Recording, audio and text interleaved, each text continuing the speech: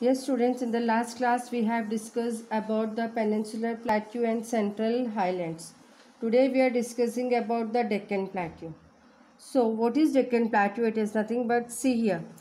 This triangular landmass lies in south of the river Narmada. It lies in the south of the Narmada river.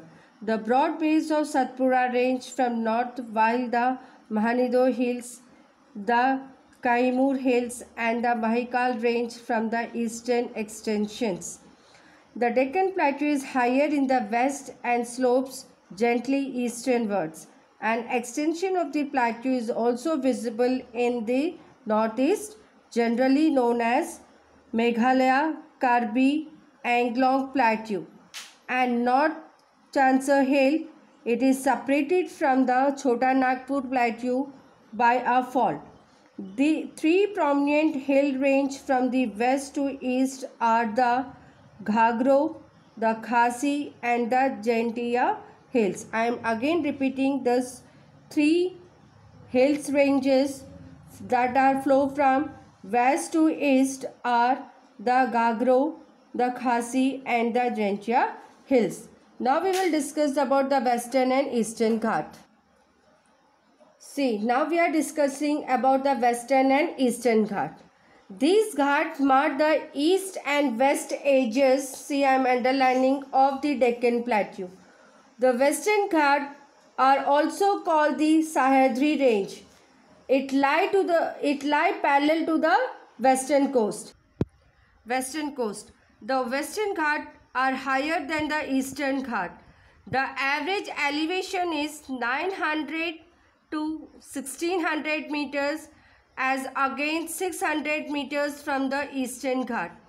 The Ghat cause orographic rain by forcing the rain-bearing most monsoon wind to rise along the western slope of the Ghat. The height of the western Ghat increases from north to south directions.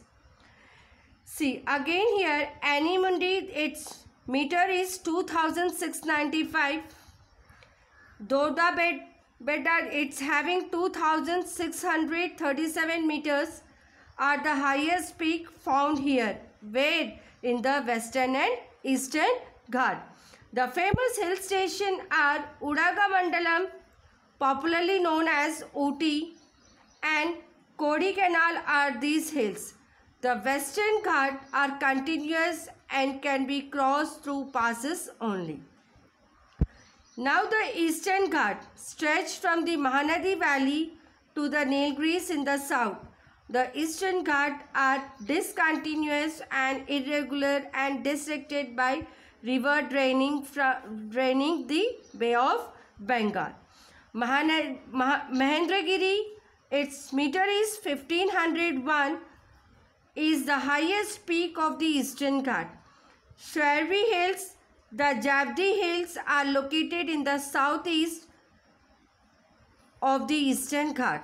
The Nilgiri Hills in Tamil Nadu lie at the junction of eastern and western Ghats. Now we discuss about the Deccan Tract. See, it is the western part of the plateau is known as Deccan Tract. It contains black soil of volcanic origin. See, it contains what? Deccan Tract contains what? Black soil of volcanic origin. The rocks are igneous. Granulated to form black soil, famous for the which cultivation. We can say it's, for example, the cotton cultivation. Now the Indian desert. This lie in the western margin of Aravalli Hills.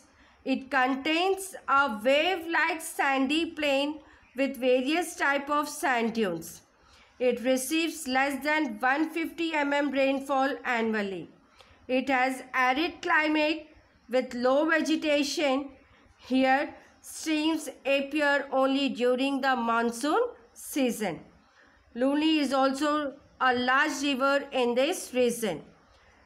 Crescent-shaped sand dunes called barches cover most of the desert, but longitudinal dunes are also seen in the western edge of the region near the Indo-Pakistan border. I am underlining, see, this desert is known as the Thar Desert. Now, what is longitudinal dunes? Longitudinal dunes, it is nothing but it's a type of linear sand ridges that extend parallel to the direction of the dominant dune building's wind. Now, the coastal plain.